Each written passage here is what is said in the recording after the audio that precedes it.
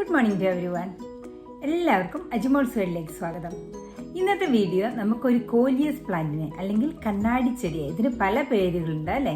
ചില സ്ഥലങ്ങളിലൊക്കെ തിരുഹൃദയ ചെടി എന്നും പറയും. എൻ്റെയൊക്കെ സ്ഥലത്ത് അറിയപ്പെടുന്നത് തിരുഹൃദയ ചെടി എന്നാണ്. അപ്പോൾ ഈ ചെടിയെ എങ്ങനെ നല്ല ബുഷിയാക്കി വളർത്താം എന്നുള്ളൊരു ചെറിയ വീഡിയോ ആണ്. ഇപ്പോൾ നിങ്ങൾ കാണുന്ന ഈ ചെടി നട്ടതിന് ശേഷം 48ാമത്തെ ദിവസം ഇതെങ്ങനെ ഇരിക്കുന്നു എന്നുള്ളതാണ്.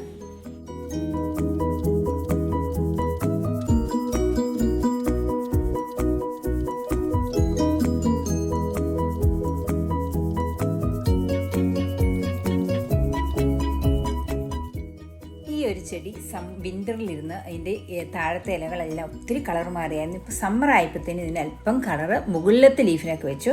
അപ്പോൾ ഞാൻ ഇത് കട്ട് ചെയ്ത് ബുഷിയായിട്ട് വളർത്താനാണ് ഞാൻ തീരുമാനിച്ചിരിക്കുന്നത്. അതിനായിട്ട് എനിക്കൊരു ബേസൺ ഉണ്ട്. ഹാലോവിൻസ് ഡേക്ക് മേടിച്ചൊരു ബേസനാണ്. ആ ബേസിനകത്തേക്ക് കുറച്ച് മണലും കുറച്ച് സാധാരണ മൾട്ടിപ്പർപ്പസ് കമ്പോസ്റ്റും ഞാനിട്ടു.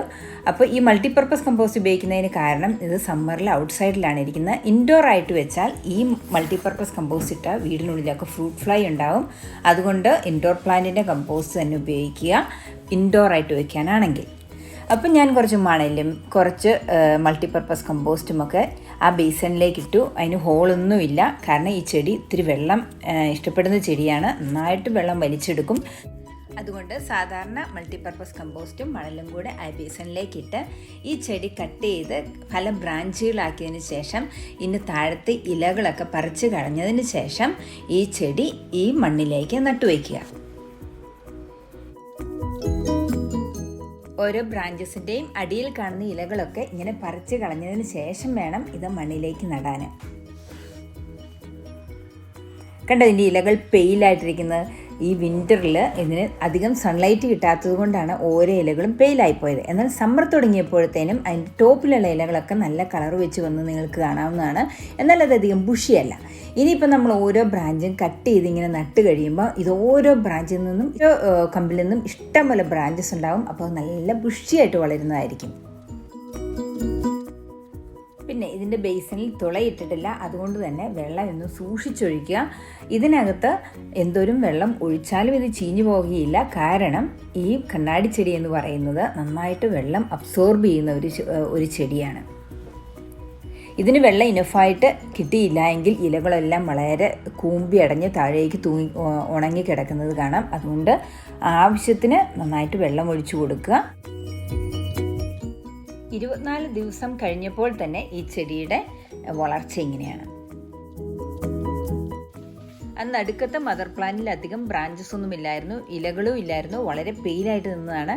ഇപ്പം നിങ്ങൾക്ക് കാണാം അന്ന് അടുക്ക് പുതിയ ഒത്തിരിയേറെ ഷൂട്ട്സ് വന്നു. ഇലകളൊക്കെ നല്ല കളർഫുള്ളായിട്ട് വരാനും തുടങ്ങിയിട്ടുണ്ട്. 36 ദിവസങ്ങൾക്ക് ശേഷം ഈ ചെടി എങ്ങനെയാണെന്ന് നിങ്ങൾക്കിപ്പോൾ കാണാം.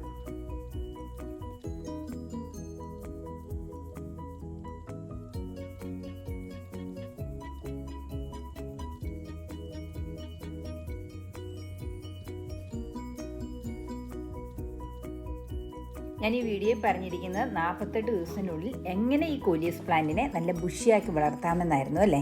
അപ്പോൾ ഇതാണ് 48ാം ദിവസം ഈ കോലിയസ് പ്ലാന്റിൻ്റെ അവസ്ഥ. ഇതാണ്, എല്ലാം നല്ല ബുഷിയായി മാറിയിട്ടുണ്ട്. ഇഷ്ടംപോലെ പുതിയ ഷൂട്ട്സും പുതിയ ബ്രാഞ്ചസും വന്നിട്ടുണ്ട്. അതുപോലെ തന്നെ എല്ലാ ഇലകളിലും നല്ല കളർഫുള്ളായി മാറിയിട്ടുമുണ്ട്. ഇനിയും ഇതിന് ആവശ്യത്തിന് സൺലൈറ്റ് കിട്ടിയാൽ ഇത് നല്ല കളർഫുള്ളായി വീണ്ടും മാറുന്നതായിരിക്കും. എല്ലാവർക്കും ഈ വീഡിയോ ഇഷ്ടപ്പെട്ടു എന്ന് കരുതുന്നു. ഇഷ്ടപ്പെടുകയാണെങ്കിൽ ലൈക്ക് ചെയ്യാനും ഷെയർ ചെയ്യാനും സബ്സ്ക്രൈബ് ചെയ്യാനും മറക്കരുത്. പിന്നെ താഴെ കാണുന്ന ബെല്ലൈക്കനിലെ ഓൾ എന്ന ഓപ്ഷൻ എനേബിൾ ചെയ്തിടാനും മറക്കരുത്. എങ്കിൽ മാത്രമേ എൻ്റെ തുടർന്നുള്ള വീഡിയോകൾ അപ്ഡേറ്റഡ് ആയിട്ട് നിങ്ങൾക്ക് ലഭിക്കുകയുള്ളൂ. Thank you for watching. By.